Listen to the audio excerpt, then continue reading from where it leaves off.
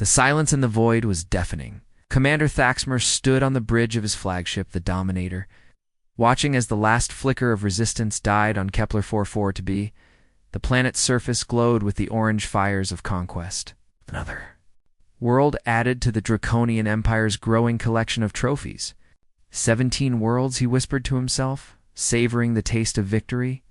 His scaled fingers traced the battle scars on his ceremonial armor, each mark representing a fallen enemy, a conquered species, a civilization erased from existence. The Draconian way was simple: submit or burn. Most chose to burn. Behind him, his tactical officer, a younger Draconian named Vexta, approached with barely contained excitement. "Sir, the final resistance pocket has been eliminated." The humanoid defenders fought to the last soldier, but their primitive weapons were no match for our plasma cannons. Thaxmer Nodded approvingly. These creatures had shown courage. He'd give them that, but courage without power was just another word for stupidity. Casualties? Minimal, sir. 3 wounded, none dead. The enemy's technology was laughably inferior. The bridge crew chittered with amusement. It was always the same story. Every species they encountered believed they were special, unique, destined for greatness. Reality had a way of crushing such delusions. "Sir," interrupted the navigation officer, "we're receiving new orders from High Command." Thaxmer turned, his predatory gaze fixed on the communications console. The holographic display flickered to life, revealing the imposing figure of Supreme Admiral Krexthal, his scarred face bearing the weight of 1,000 conquered worlds. "Commander Thaxmer," the Supreme Admiral's voice carried the authority. "Of absolute power, you have exceeded expectations in the Outer Rim. The Emperor himself has taken notice of your ... efficiency." A wave of pride swelled in Thaxmer's chest. Recognition from the Emperor was the highest honor a Draconian warrior could achieve. "Thank you, Supreme Admiral. The Outer Rim belongs to the Empire, indeed, which brings us to your final assignment." The Admiral's expression hardened. "You are to proceed immediately to the Sol System. Intelligence reports indicate a species called humans has established a significant presence there. They appear to be the dominant life form on the 3rd planet, a world they call Earth." Thaxmer felt his blood quicken. Earth, he'd heard whispers about this world from captured prisoners. A blue-green planet teeming with life, rich in resources, perfect for colonization. What do we know about their military capabilities? Primitive. They've barely achieved faster-than-light travel. Their weapons are chemically based, their ships are crude metal constructs. Our xenobiologists estimate they're at least 2 centuries behind our current technology. The Admiral paused, his eyes gleaming with anticipation. "The Emperor desires this system intact. The humans are to be given one opportunity to surrender. If they refuse, they burn." Thaxmer finished, the traditional Draconian response rolling off his tongue like a prayer. "Precisely. The fleet is yours, Commander. 300 vessels, the finest warriors in the Empire. Make history." As the transmission ended, Thaxmer felt the familiar surge of adrenaline that came before battle. 300 ships, the largest fleet he'd ever commanded. These humans wouldn't know what hit them. "Navigation, plot a course for the Sol System," he commanded. "Maximum speed. I want to be in Earth's orbit before their primitive sensors even detect our approach." The bridge hummed with activity as his crew prepared for the final jump. Thaxmer walked to the massive viewport, staring out at the stars that soon would bow before Draconian might. In the distance, he could see the other ships of his Armada Salik, deadly predators painted in the traditional crimson of conquest. Each vessel was a masterpiece of destruction, armed with plasma cannons capable of reducing mountains to ash, shielded by energy fields that could deflect the explosion of a small star. Sir called his tactical officer. "All ships report ready." For hyperspace jump, Thaxmer took a deep breath, tasting victory before the battle had even begun. Somewhere out there, the humans were going about their daily lives, completely unaware that their world was about to change forever. Did they have families, children, dreams of the future? It didn't matter. The Empire's expansion was inevitable, unstoppable, divinely ordained. "Begin the jump," he ordered. The stars elongated into brilliant streaks of light as the fleet entered hyperspace. 300 ships, moving as one, carrying death to a world that had never known true terror. The journey would take 6 hours. Hours for an entire civilization to enjoy their last moments of freedom. But here's the thing. About assumptions, they have a funny way of making you look foolish. And the Draconian Empire was about to learn that lesson in the most spectacular way possible. As the fleet hurtled through hyperspace toward Earth, Thaxmer couldn't shake a strange feeling gnawing at the back of his mind. Call it warrior's intuition. Or perhaps just paranoia born from too many battles. Something felt ... different about this mission. Humans had been too quiet, too isolated.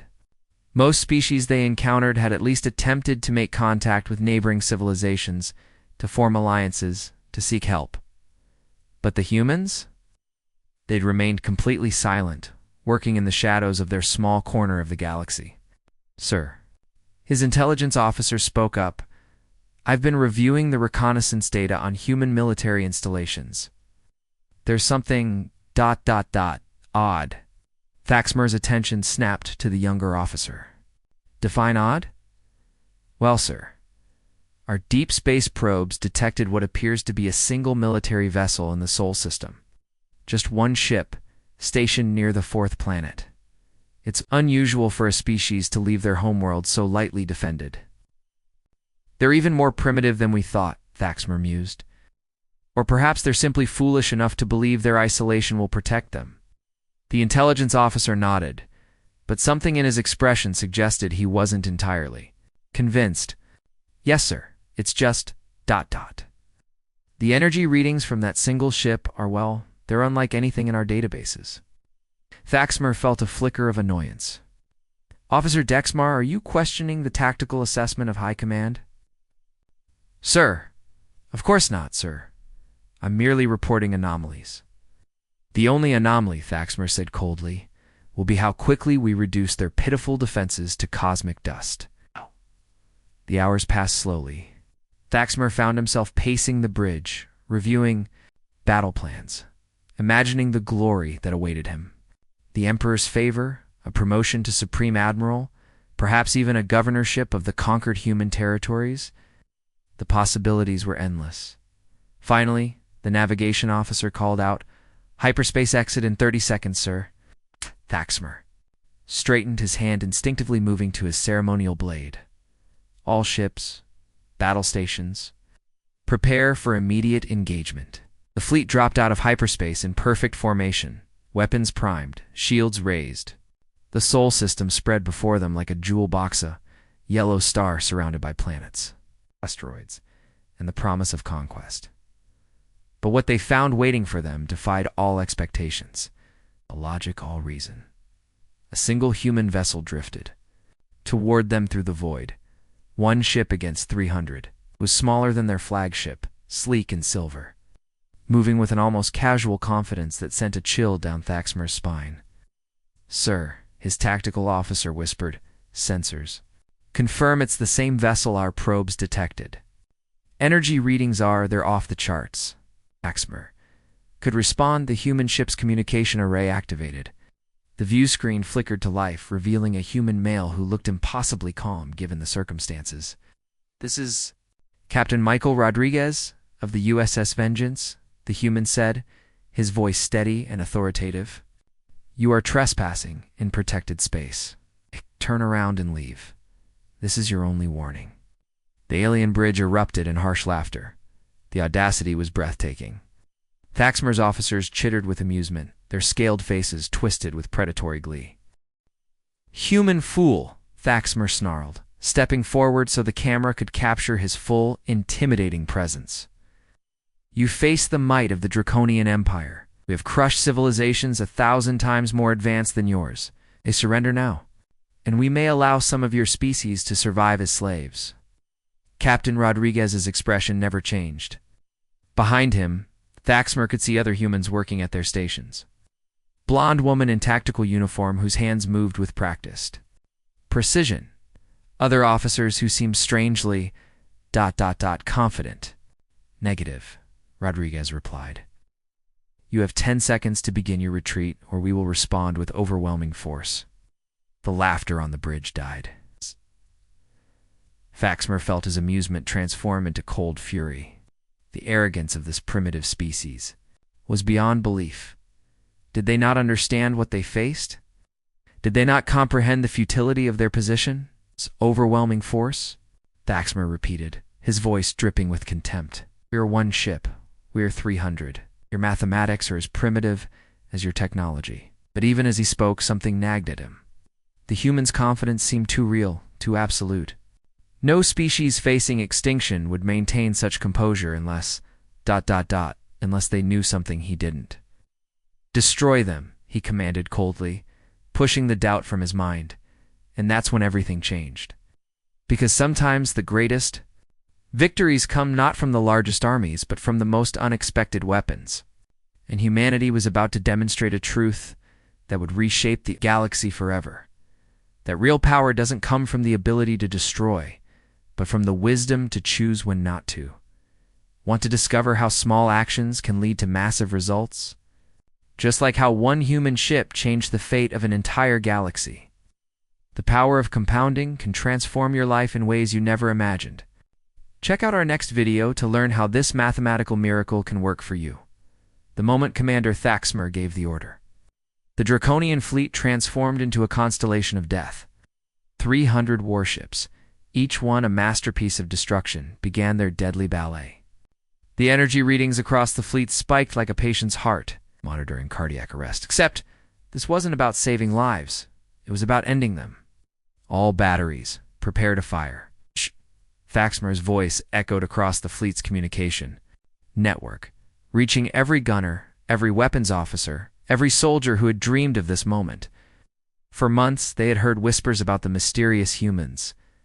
Now, finally, they would see what all the fuss was about. The plasma cannons charged with a sound like thunder being born. Each ship carried enough firepower to level a city. Together, they wielded enough destructive force to crack a moon in half, to turn asteroids into cosmic dust, to make entire civilizations disappear from the galaxy's memory. The air on every bridge crackled with anticipation, the sweet electricity of imminent victory. But here's something interesting about overwhelming force. It often reveals more about the wielder than the target. Right now, the Draconians were about to learn a lesson that would haunt them for generations. Target locked, reported Weapons Officer Kexfer from the flagship's tactical station. His scaled fingers danced across the controls with practiced expertise. Behind him, junior officers watched with wide eyes, eager to witness their first engagement against the legendary humans. All ships report ready to fire. Faxmer felt the familiar surge of adrenaline that came before battle. This was what he lived for, the moment when raw power met its intended target, when the natural order of the universe asserted itself. The strong survived, the weak perished. Simple, clean, inevitable. Fire. He roared, his voice carrying across the comm system like a war cry. The void erupted in violence that defied description. Streams of superheated plasma, each one hot enough to melt steel, bright enough to blind unprotected eyes, lanced through space with deadly precision. The combined firepower of 300 ships converged on the lone human vessel like the fingers of an angry god reaching down to crush an insect. The explosion was magnificent. A brief star born in the darkness, brilliant white-hot death, expanding outward in a perfect sphere of annihilation. The energy release was so intense that several Draconian ships had to activate emergency filters to protect their viewports. The tactical displays went haywire, overwhelmed by the sheer scale of destruction they were witnessing. "Direct hit," shouted the weapons officer, his voice filled with savage satisfaction. "Target eliminated."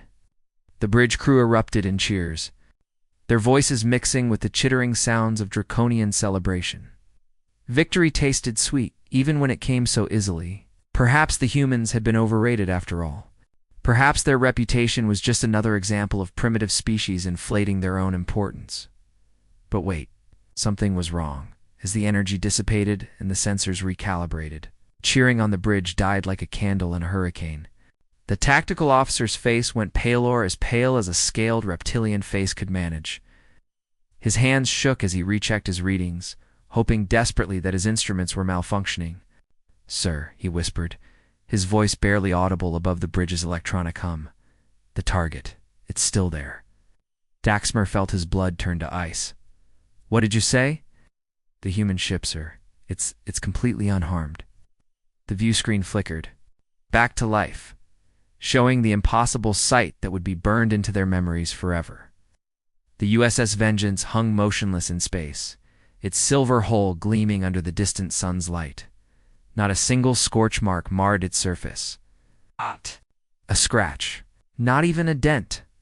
It looked as if the most devastating attack in draconian military history had been nothing more than a gentle breeze. What kind of shielding is this? Gasped the weapons officer, his earlier confidence evaporating like morning mist. Our sensors show no energy barriers, no deflector arrays, no defensive systems at all. How is this possible? The question hung in the air like a death sentence. Every draconian warrior had been raised on stories of their empire's invincibility, their technology's superiority, their destiny as the galaxy's ultimate predators. But how do you process something that challenges everything you believe about? Reality itself. Meanwhile, on the Vengeance's bridge, Captain Rodriguez turned to his tactical officer with the calm demeanor of someone discussing the weather. Lieutenant Turner, status report. Lieutenant Jessica Turner, the blonde woman who had seemed so nervous moments before, and moved with the confident precision of a master pianist playing a familiar piece. Her fingers danced across the tactical console, reading displays that showed information no other species in the galaxy could comprehend. Quantum shields held at 100%, sir, she reported, her voice steady now, professional. Enemy's weapons barely registered on our sensors. It was like ... like throwing rocks at a mountain. Rodriguez nodded grimly. Behind his calm exterior, he felt the weight of what was about to happen.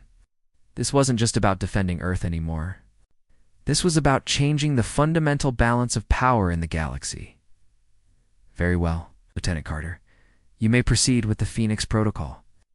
At the weapons station, Lieutenant James Carter, a tall, intense man with steel-gray eyes that had seen too much, began entering authorization codes that only 3 people in the entire human fleet were cleared to know. His fingers moved with practiced precision, but sweat beaded on his forehead despite the bridge's climate control. They were about to unleash something that could reshape the galaxy forever.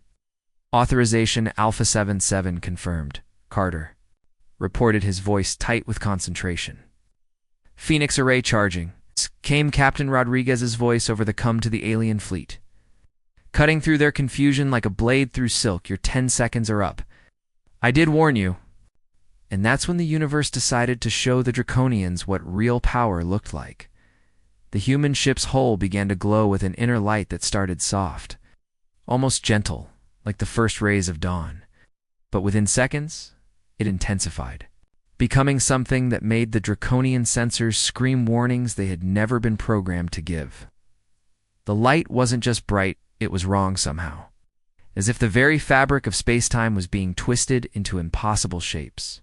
Captain, the alien tactical officer reported, panic creeping into his voice like poison spreading through his bloodstream. Massive energy fluctuations from that vessel. What are they doing? Are off the scale. What are they doing?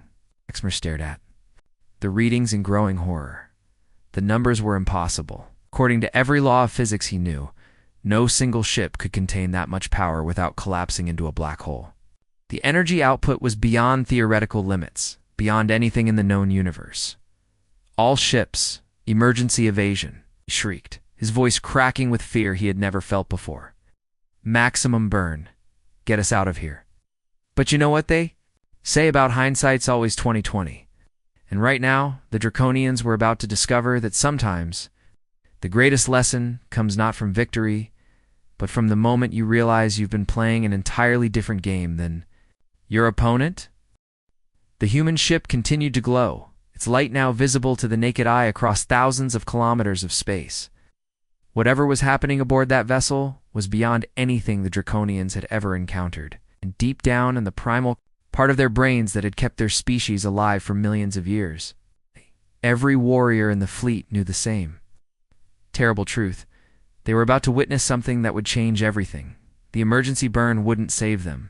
300 ships, the pride of the Draconian Empire, were about to learn what happens when unstoppable force meets a movable object. Except in this case, they were about to discover they weren't the unstoppable force they thought they were. As the Phoenix array reached critical charge, one thought echoed through every mind on every ship in the fleet. What have we awakened? Want to see how small, consistent actions can create massive, unstoppable results? Just like how humanity's patient preparation led to this moment of ultimate power. The principle of compounding can transform your life in ways you never imagined. Click the link to discover how this mathematical miracle can work for you. 20-7. Levels below the USS Vengeance's bridge. In a chamber that existed in a state of controlled impossibility, humanity's greatest secret hummed to life. The Phoenix. A Rhea device that had consumed the dreams, the nightmares, and the brilliant minds of Earth's top scientists for 50 years began. Its deadly dance with the fundamental forces of reality itself. Dr. Sarah Chen had been dead for 3 years. When the array finally worked, she never lived to see her theoretical equations transformed into humanity's ultimate weapon. But her ghost lived on in every quantum calculation, every impossible energy reading, every moment when the device bent the universe to humanity's will. The irony wasn't lost on the current crew. It had taken humanity's greatest pacifists to create their most devastating weapon. Array at 80%, reported Lieutenant Carter, his voice tight with concentration as sweat beaded on his forehead. His hands moved across controls that looked more like a concert pianist's keyboard than military hardware. Each key press sent ripples through space-time itself, as preparing to unleash forces that existed in the spaces between atoms. In the quantum foam that most species couldn't even detect. Behind him, the array's core pulsed with contained starlight. The micro-singularity at its heart, a black hole smaller than a pinhead, but containing the mass of a small moon spun at velocities that made light itself seem sluggish. The engineering required to contain such a thing was beyond anything the galaxy had ever seen. The Draconians thought they were advanced. They were children playing with toys compared to this. Targeting solution locked on enemy fleet, Carter continued, his steel-gray eyes never leaving the displays. All 300 vessels are within optimal range. Captain Rodriguez felt the weight of history pressing down on his shoulders. The next few seconds, he would either save humanity or damn it forever. The Phoenix array wasn't just a weapon, it was a statement. It's a declaration that Earth would never again bow to alien conquest. But with power like this came responsibility that could crush lesser men. Whispered Lieutenant Turner from her station. The energy readings are. They're beautiful and terrifying at the same time. She was right. The array's power signature looked like abstract art rendered in pure mathematics. Waves of force that existed in dimensions most beings couldn't comprehend. Patterns that spoke to something primal in the human soul. It was creation and destruction dancing together in perfect, impossible harmony. Meanwhile, on the Draconian flagship, Commander Thaxmer watched his universe crumble around him. The space around the human vessel had begun to shimmer like heat waves rising from summer asphalt. But this wasn't heat. This was reality itself being rewritten in real time. "Sir," whispered his science officer, a young female named Kiravel, who had graduated top of her class from the Empire's most prestigious academy, "those readings. They're manipulating the quantum field itself. The fundamental forces that hold atoms together. I've never seen anything like it." The tactical displays showed energy patterns that violated every law of physics the Draconians knew. Waves of force that existed in 11 dimensions simultaneously. Power sources that seemed to draw energy from the universe's own structure. It was like watching someone rewrite the mathematical equations that governed reality. "That's impossible," Thaxmer breathed. But even as he spoke, he knew he was wrong. Evidence doesn't lie. And the evidence was screaming at him from every sensor on every ship in his fleet. "All ships, emergency jump," he commanded, his voice cracking with fear, true fear for the first time in his long military career. "Maximum burn. Get us out of here." But hyperspace wouldn't respond. The navigation officer's hands flew across his controls, sweat dripping onto the console as he tried every emergency protocol in the book. "Sir, hyperspace it's not there. The space-time continuum around us is being held in some kind of ... lock. The human weapon was affecting space-time itself, trapping them in normal space like insects in amber. 300 ships, the pride of the Draconian Empire, were suddenly as helpless as minnows in a shrinking pond. Array at 95%, Carter reported, his voice steady despite the magnitude of what they were about to unleash. Final safety protocols disengaged. We are weapons free. Rodriguez took a deep breath, feeling the weight of every human who had ever lived, every dream that had ever been dreamed, every hope that had ever been hoped. This moment would define not just humanity's future, but the future of every species. In the galaxy, Fire, he said quietly, and the universe held its breath. A pulse of invisible energy erupted from the vengeance, not plasma. Not lasers, not anything that existed in conventional physics textbooks.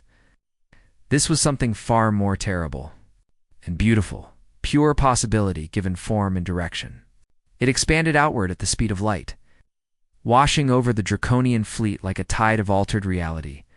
The first ships to be touched by the wave simply ... stopped, not destroyed, it's not damaged, but fundamentally changed. Their hulls forged. From the strongest alloys in the galaxy became brittle as glass. Their power cores, capable of energizing entire cities, transformed into inert matter.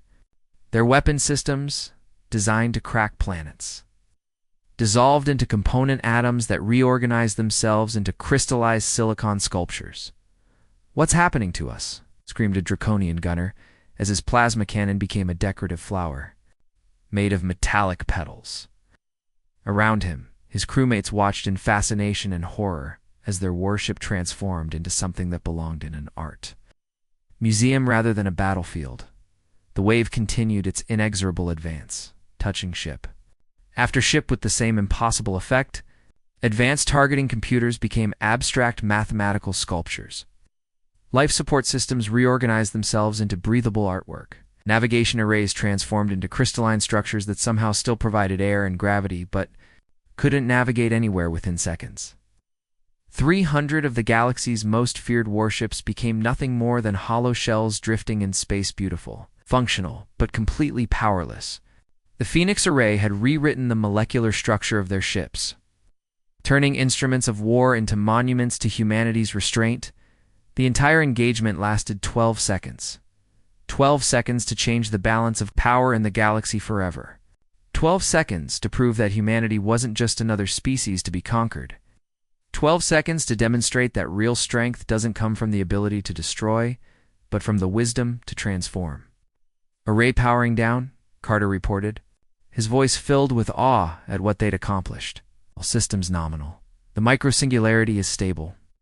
Lieutenant Turner stared at her readings in wonder. "Captain, all enemy vessels are ... neutralized. No casualties detected, but they're completely powerless. Their ships are intact, their crews are alive, but their technology has been reimagined." Rodriguez nodded, feeling the weight of what they'd just accomplished. History would remember this moment not as humanity's first great victory, but as the day a species chose transformation over annihilation. The Phoenix Array hadn't destroyed the Draconian fleet, it had evolved them beyond the need for war. "Open a channel to the enemy fleet," commanded. But here's the thing about power. Real power doesn't announce itself with fanfare. It whispers. And right now, that whisper was about to become a conversation that would reshape the galaxies. Future forever.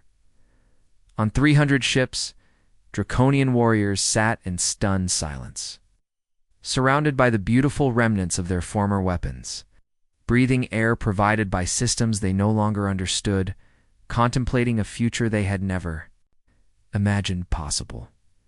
The age of conquest was over. The age of evolution had begun. Want to discover how small, consistent improvements can create massive transformations? Just like how humanity's 50 years of patient development led to this moment of ultimate power. The principle of compounding can revolutionize your life in ways you never thought possible. Click to learn how this mathematical miracle can work for you.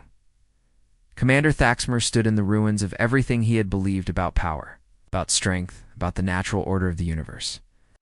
What had once been the bridge of his flagship a monument to Draconian military superiority now resembled something between a museum and a fever dream. The command consoles, once bristling with weapons controls and tactical displays, had become sculptures of fused crystal that caught and reflected light in impossible ways. His tactical station, where moments ago Officer Kexver had coordinated the firepower of 300 ships, was now a delicate flower made of metallic petals that somehow still hummed with energy. The navigation array had transformed into a spiraling tower of crystallized circuits that pulsed with soft blue light. Even the captain's chair, his seat of absolute authority, had become a throne of living metal that adjusted to his body temperature and seemed to anticipate his movements, the most unsettling part. Everything still worked.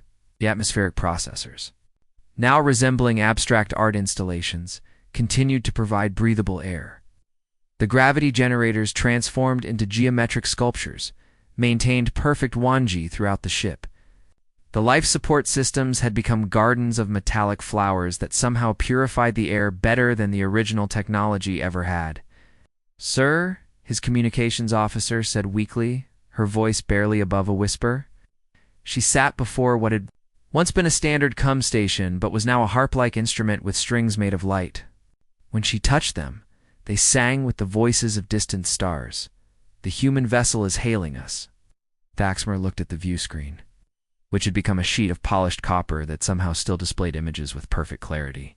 The irony wasn't lost on him. His most advanced technology had been reduced to something that looked like ancient earth pottery. Yet it functioned better than anything his engineers had ever designed. Captain Rodriguez's face appeared, flanked by his officers. The human looked exactly as calm as he had before the battle, as if transforming the most powerful fleet in the galaxy into an art exhibition was just another Tuesday for him. "Attention, Draconian fleet," Rodriguez said, his voice carrying the weight of absolute authority. "Your vessels are no longer capable of combat operations. You will remain here while we contact your government to arrange for your peaceful return home. Any attempt at hostile action will result in the complete atomization of your fleet." A load. The words hit Thaxmer like physical blows. Peaceful return home. As if he were a lost child rather than the commander of the Empire's most elite fighting force. The humiliation burned in his chest like acid. But how?" he stammered, his voice cracking in a way that would have been unthinkable hours ago. "We are the most advanced military force in the galaxy. We have conquered 17 worlds. Our technology is centuries ahead of yours." Rodriguez's expression softened slightly, and somehow that made it worse. The human wasn't gloating, wasn't celebrating his victory. He looked almost ... sad. Commander Rodriguez said gently, "Humanity spent 1,000 years fighting itself. Before we reached the stars, we had world wars that killed millions. We developed weapons that could destroy our entire planet. We learned that the greatest weapon isn't the one that destroys, it's the one that makes destruction impossible." Behind Rodriguez, Lieutenant Carter spoke up, his steel-gray eyes scanning multiple displays. "Sir, we're receiving multiple distress signals from other sectors. Word of our ... encounter spreading fast. The Serpentine hegemony is requesting immediate diplomatic contact. The Void Hunters have ceased all aggressive operations. The Galactic Council is calling for emergency." Sessions Thaxmer felt the universe shifting around him. In the space of 12 seconds, humanity had not just defeated the Draconian Empire, they had fundamentally altered the balance of power across the entire galaxy. Every species that had ever cowered before Draconian might was now wondering, if the humans could do this to the Empire's greatest fleet, what did that mean for everyone else? "You could have killed us all," Thaxmer realized, the full weight of his defeat settling in like a physical weight on his shoulders. "Your weapon? It could have simply annihilated our fleet, but you chose to transform us instead." "Yes." Rodriguez nodded, his expression serious. "But we chose not to. That's the difference between conquest and true strength. Thanks. Anyone can destroy. It takes wisdom to create, to preserve, to transform." The simple truth of it hit Thaxmer like a thunderbolt. His entire military career had been built on the principle that might makes right, that the strongest species deserved to rule the galaxy. But what did you call a species that was strong enough to destroy you, but wise enough to save you instead? His crew sat in stunned silence, each lost in their own thoughts. Junior Officer Vextel, who had dreamed of earning glory in battle, traced patterns in the metallic flowers that had once been his weapons console. Science Officer Kiravel stared at readings that showed their ship's systems operating at 147% efficiency, despite or perhaps because of their transformation. "Sir," she whispered, "I'm reading energy patterns I've never seen before. Our ship is somehow more advanced now than it was before the battle. The humans didn't just disable our weapons, they've upgraded everything else." The revelation was staggering. The Phoenix Array hadn't just transformed their ships, it had improved them. The Draconians were now flying vessels that surpassed anything in their empire's arsenal, powered by technology they couldn't understand but that somehow felt ... familiar, as the Vengeance began transmitting on diplomatic channels, requesting a meeting with Draconian leadership. Thaxmer slumped in his crystallized command chair, the seat adjusted to support him perfectly. Somehow sensing his emotional state and providing exactly the comfort he needed, his empire had encountered something they had never faced before, a species that had mastered not just the art of war, but the wisdom to end it. The humans hadn't just won a battle, they had demonstrated a level of technological and moral sophistication that redefined what it meant to be an advanced civilization. "Commander," his communications officer reported, "we're receiving a transmission from the capital. The Emperor himself wishes to speak with you." Thaxmer closed his eyes, imagining the conversation ahead. "How do you explain to your supreme leader that you've just encountered a species that could destroy your entire empire but chose instead to give you a gift? How do you report that humanity had shown them a path beyond conquest, beyond the endless cycle of war and domination that had defined galactic civilization for millennia?" Lieutenant Turner monitored the communications from the Vengeance. "Captain, we're getting responses from the Galactic Council. They want to meet. Everyone wants to meet. The Crystalline Collective is offering trade agreements. The Hive Mind is requesting cultural exchange programs. Sir, I think we've just become the most popular species in the galaxy." Rodriguez smiled grimly, the weight of responsibility settling on his shoulders. "Then I suppose we'd better get ready to change the galaxy. But here's the thing about change, it's never just about the big moments. It's about the small decisions, the daily choices, the gradual accumulation of wisdom that makes those pivotal moments possible." Humanity hadn't developed the Phoenix Array overnight. It had taken 50 years of patient work, of learning from failures, of building on small successes until they achieved the impossible. The real question wasn't how the humans had defeated the Draconian Empire. The real question was, what would they do with their victory? Because with great power comes great responsibility. And humanity was about to discover that winning the war was just the beginning of an even greater challenge. Want to discover how small, consistent actions can create extraordinary results? Just like how humanity's decades of patient development led to this moment of ultimate transformation, the power of compounding can revolutionize your life in ways you never imagined. Click to learn how this mathematical miracle can work for you. 6 months after the Battle of Salas, historians would later call it, the galaxy looked fundamentally different, not because of destroyed worlds or conquered territories, but because of something far more profound: hope. For the first time in recorded galactic history, major powers were voluntarily abandoning conquest in favor of cooperation. The Galactic Council hadn't convened in 47 years.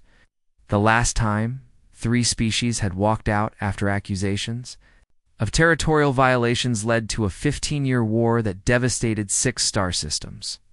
Most beings had assumed the Council was dead, a relic of a more optimistic age when cooperation seemed possible. But here they were, representatives from dozens of species gathering on the neutral station of New Harmonia, massive structure that humanity had built in just 4 months using Phoenix Array technology. The station itself was a marvel of engineering, with living walls that adjusted to each species' atmospheric needs, gravity fields that could accommodate everything from gas-based beings to heavy-gravity rock creatures, and translation systems that could handle communication across 47 different forms of consciousness.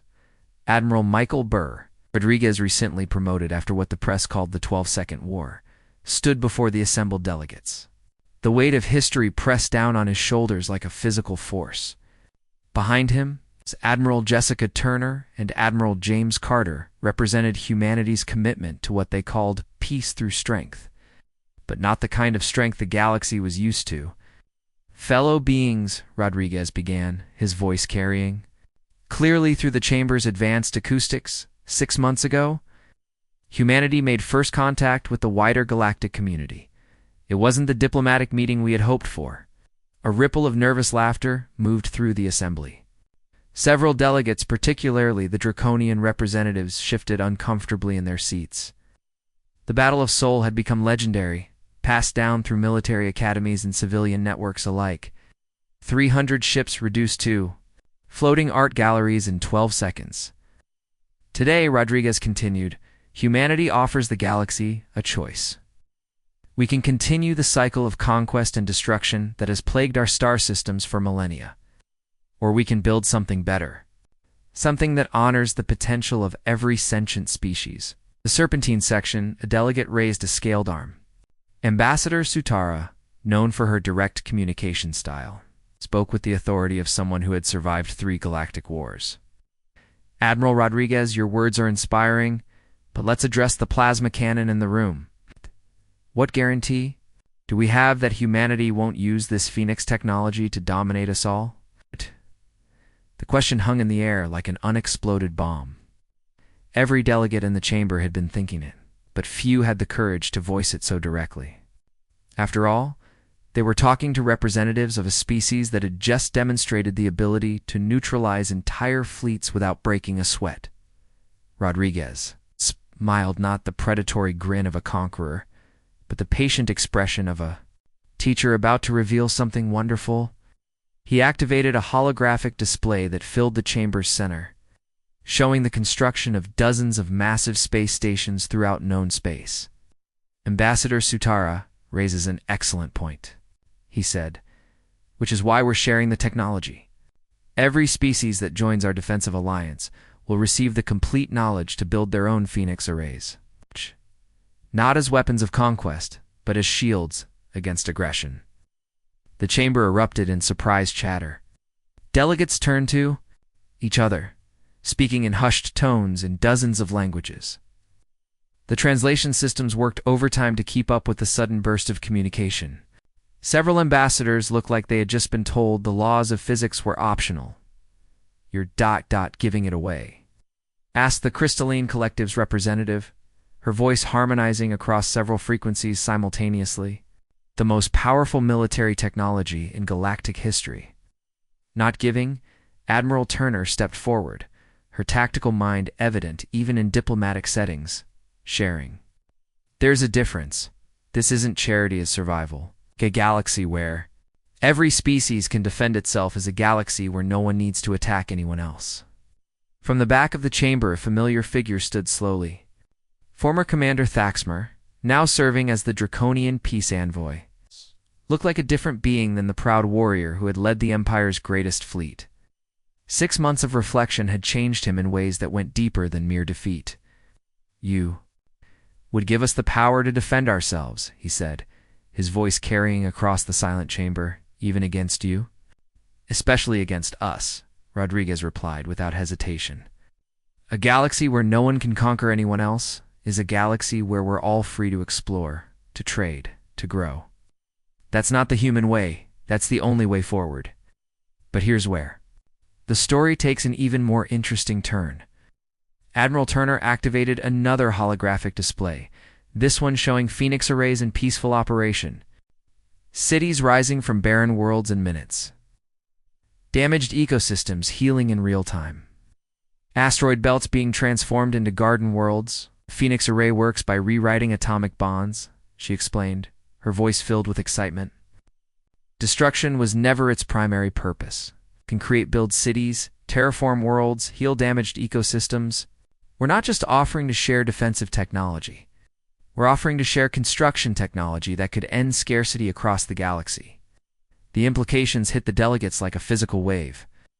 They weren't just talking about ending where they were talking about ending hunger, homelessness, resource conflicts, all the underlying causes that drove species to conquest in the first place. Think about it, Admiral Carter added, his engineer's mind already visualizing the possibilities. No more fighting over habitable worlds when you can create them.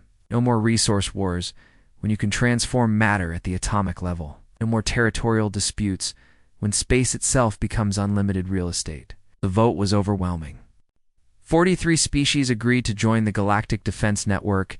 Even the traditionally isolationist void hunters sent observers. Only the species both minor powers with delusions of conquests declined to participate.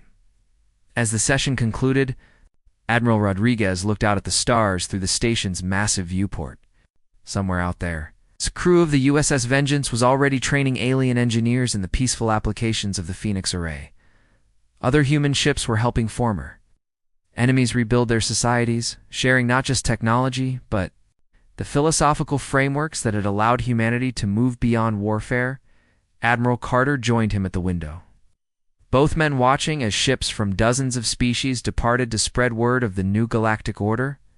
Think it'll work, sir? Peace through superior firepower. Rodriguez chuckled, remembering a conversation he'd had with his daughter before leaving Earth. Jim, we didn't win through superior firepower. We won through superior restraint.